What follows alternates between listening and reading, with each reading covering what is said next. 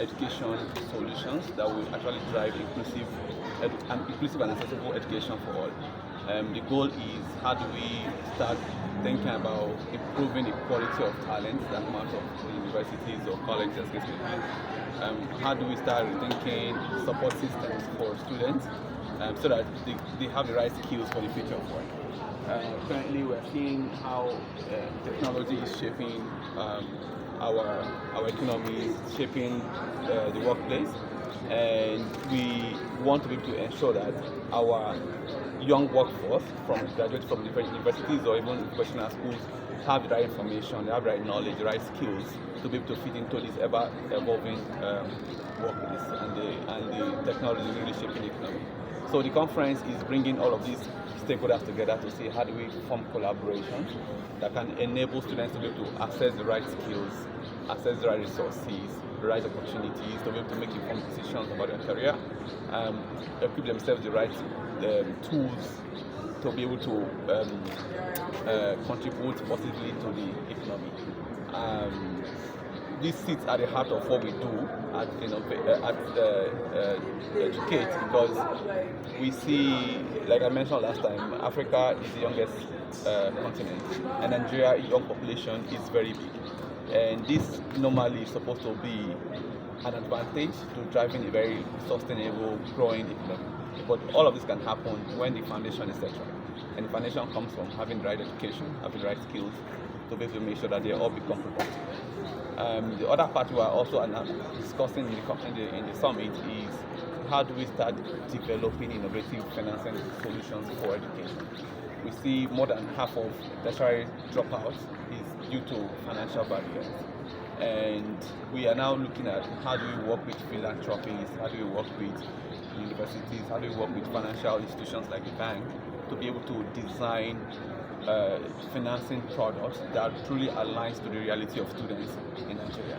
So those are the kind of conversations that we're having this summit, and at the end of the day, we are very hopeful that we must have forged a very positive pathway to building those collaborations, to harnessing those financial solutions that will really work together to promote quality and accessible education for all in Nigeria. But you can't talk about quality education and enhancing it without the representation of the federal government and the education sector being part of the stakeholders. Yeah, so actually the minister is here. He was doing a partnership, was witnessing a partnership between University of Birmingham and University of Lagos, and he was due to open, but due to some unforeseen circumstances, the session took long and he wasn't able to come to open. But we still expect a representation from the federal government before the end of the day. Okay, now how are you going to kickstart this objective?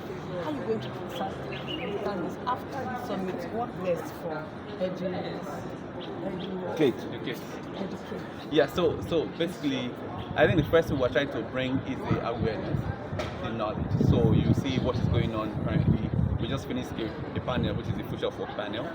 See where sector experts are really kind of dissecting what are the skills that these students need. So I think the first thing is even the students understanding, this is the gap, and this is what I need to be able to build myself to a place where I can become employable, or I can be able to create a job and start a business or become an entrepreneur when I graduate.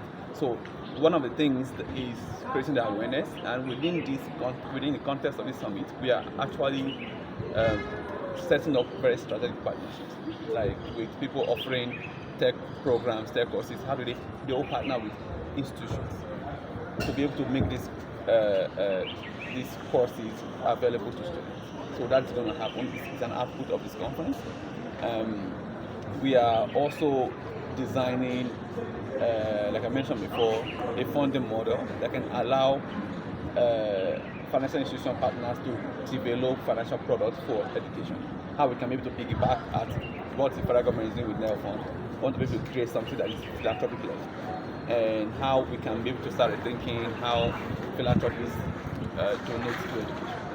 And within this conference, we are also launching that endowment fund. And when we come back in the after 1 year, we'll be talking about how many students have benefited from these scholarships or seed grants, and also be showcasing the impact of the collaborations that would have happened between the institutions and the private sector from this conference. How do you reach students from other schools across the country? Look at the camera, sir. Considering the fact that I don't know, the guests you have here, Look at the camera. are they just University of Lagos students? How are you going to reach out to ensure that this seed and what you have to give to the students reach other students across the country? Yeah, so the students we have here are not just University of Lagos students. We also have Lagos State University students and students from other universities. Our goal, we are hosting this year, but we've formed very strong relationship with other universities from Nine University in Abuja, Admiralty, and other universities. And what we've done at Educate is that we've created what we call Student Ambassador Program, where we have representative of our program in most of the universities in Nigeria, up to Benue, to the north, west, south.